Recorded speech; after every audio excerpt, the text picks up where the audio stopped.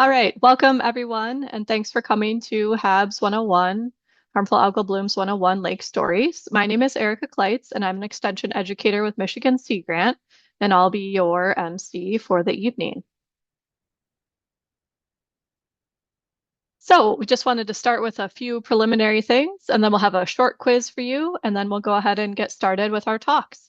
So this is just a reminder that MSU extension programs like tonight's webinar are open to all. And also acknowledgement that Michigan State University and our statewide offices occupy the ancestral, traditional, and contemporary lands of the Anishinaabe. And we're including this land acknowledgement as part of our affirmation of Indigenous sovereignty and as an acknowledgement that we'll work towards holding Michigan State University more accountable to the needs of American Indian and Indigenous peoples. All right. A note for folks that may be interested in pesticide applicator credits.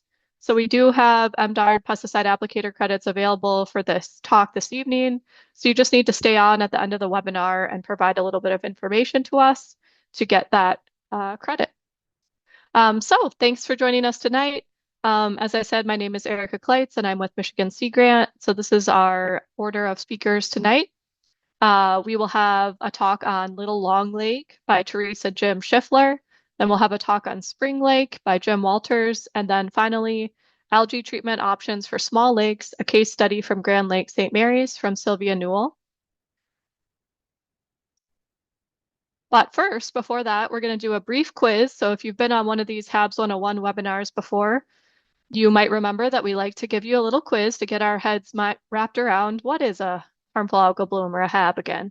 So here comes the quiz. You could answer in the chat. Do you think this is a harmful algal bloom? Yes or no? All right. I'm seeing a number of no answers, and you are correct. This is not. Does anyone know what this is? Yeah, there we go. Filamentous green algae. Yeah, so that is it's a clumpier algae than cyanobacteria, which is the one that forms harmful algal blooms. So yes.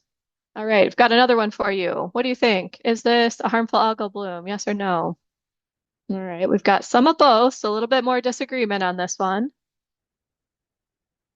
So the answer is no. Does anyone know what this is? Yes, pollen.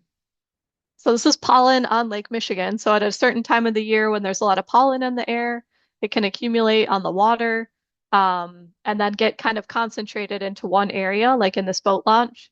And it can look like a bloom. It usually has a bit more of a yellowish color to it than a harmful algal bloom does. And if you got up closer or were able to like stick something in the water and look at it, it would look different as well. All right, final one. Is this a harmful algal bloom? All right, seems like pretty good agreement on this one. And you are correct, yes. So when it looks like spilled paint in the water, often has a greenish color, but not always. This is a harmful algal bloom. This is cyanobacteria. So great job.